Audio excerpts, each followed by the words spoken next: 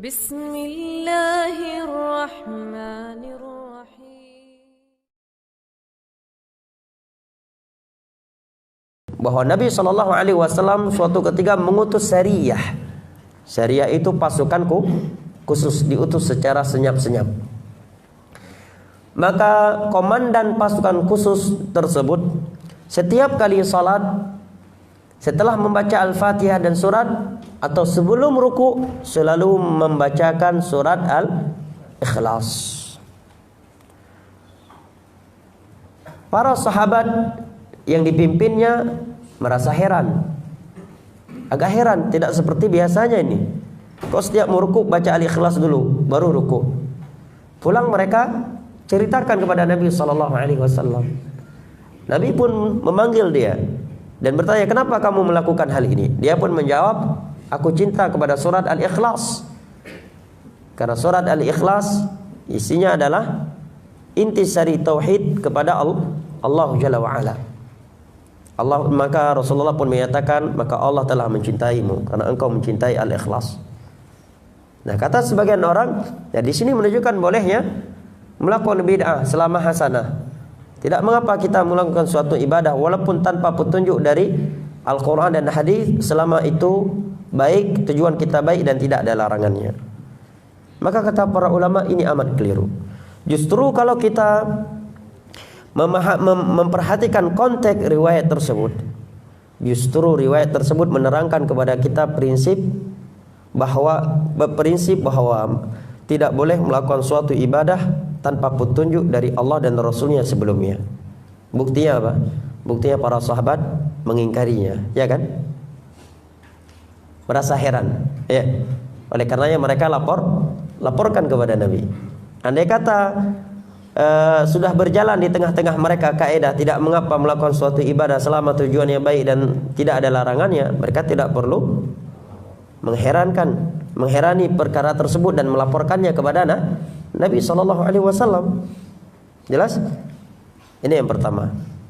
Yang kedua, yang dilakukan oleh sahabat tersebut sesuatu yang tidak menyelisih agama.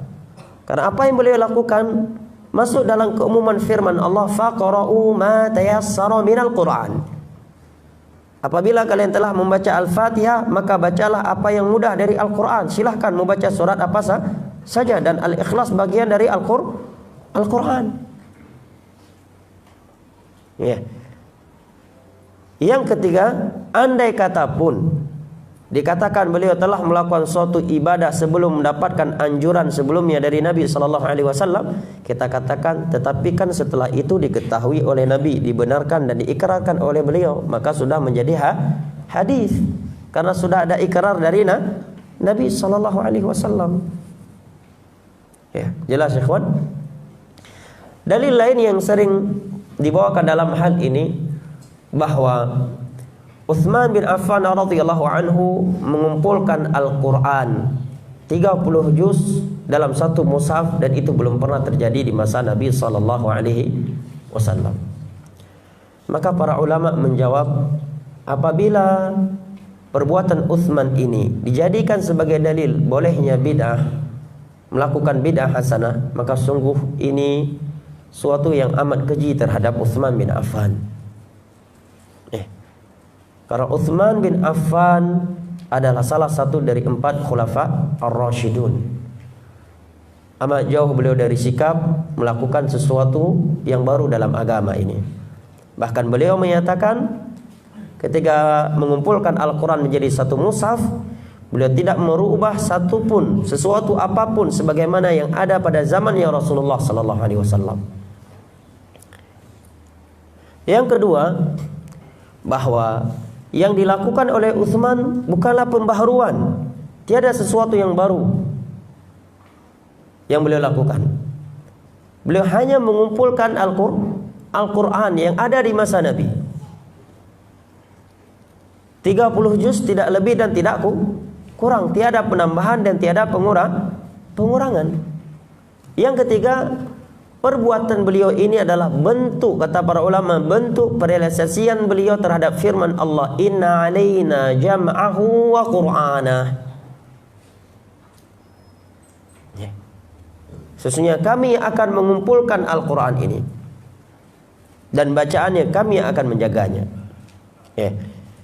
Kemudian yang keempat,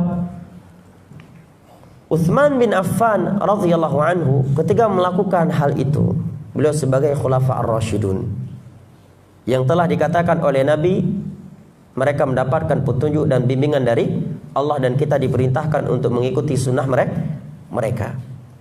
Itu pun yang beliau lakukan tersebut disepakati oleh para sahabat Nabi yang masih hidup dan seluruh ulama tabi'in, dan ijma' dalam Islam adalah hujjah. Apabila alasan di atas ini terkumpul pada suatu ibadah yang dilakukan masa sekarang, maka silakan, dan enggak mungkin bisa terkumpul. Kita katakan ibadah yang dilakukan oleh saudara bukan khulafa ar-rasyidun, ya, tidak disepakati oleh seluruh kaum muslimin yang ada di dunia, ya. Dan yang dilakukan oleh Utsman pun masalihul mursalah, bukan ritual ibadah. Dalil lainnya yang sering dibawa bahwa Umar bin Khattab radhiyallahu anhu di masanya mengumpulkan manusia di dalam masjid untuk menegakkan salat tarawih berjamaah setelah sebelumnya tidak dilakukan secara berjamaah. Setelah terlaksanakan secara berjamaah, maka beliau menyatakan ni'matul bid'atu hadhihi, senikmat-nikmat bid'ah adalah ini. Maka sebagian orang berkata ini menerangkan pada kita adanya bid'ah hasanah. Maka para ulama menjawab yang pertama, apakah yang dilakukan oleh Umar sesuatu yang belum pernah ada di masa Rasulullah? Tidak. Tarawih yang beliau terapkan itu sudah diterapkan di masa Rasulullah sallallahu alaihi wasallam. 3 malam berturut-turut Nabi melakukan tarawih di bulan Ramadan secara berjamaah. Kemudian beliau berhenti melakukannya khawatir akan diwajibkan kepada umat Islam. Setelah beliau wafat, datang khilafah Abu Bakar. Di masa Abu Bakar tersibukkan dengan peperangan melawan Musailamah Al-Kadzab, seorang yang mengaku sebagai nabi dan memiliki pengikut 40.000 orang di negeri Yaman. Ya. Dan juga beliau tersibukkan dengan memerangi orang-orang yang murtad serta orang-orang yang tidak mau lagi mengeluarkan zakat setelah sebelumnya mereka mengeluarkannya di masa Rasulullah sallallahu alaihi wasallam.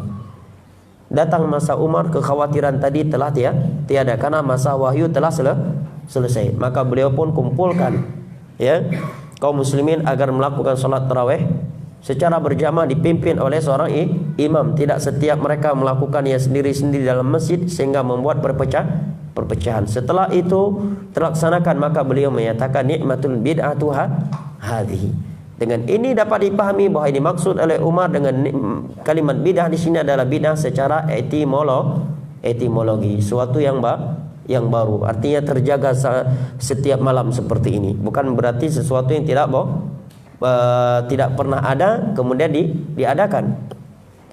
Kemudian Umar menyatakan nikmatul bid'atu hadhihi, beliau tunjukkan senikmat-nikmat bid'ah adalah ini. Beliau tidak pernah menyatakan sebaik-baik bid'ah adalah bid'ah saudara. Jelas? Misalkan kita sedang berdiskusi dengan seorang terhadap suatu bid'ah.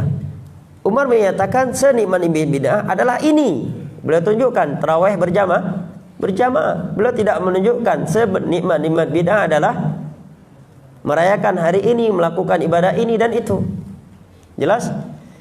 Kemudian beliau pun menyatakan nikmatul bid'ah, dan beliau tidak menyatakan ada bid'ah yang hasanah. Jelas? Taib.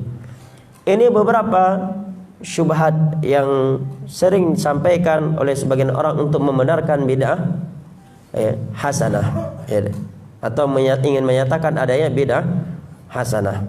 Akan tetapi orang yang telah mendengar ayat-ayat dan hadis-hadis Nabi sallallahu alaihi wasallam serta ucapan para sahabat tabi'in dan ulama Islam yang telah kita nukilkan di atas tadi, dia akan mengetahui betapa pentingnya memahami bahayanya bid'ah dan betapa pentingnya kaum muslimin diperingatkan dari bahayanya bid'ah. Nah, terlebih lagi dengan kita mengetahui 16 poin yang disebutkan oleh Al-Imam Syatibi rahimahullahu taala di atas.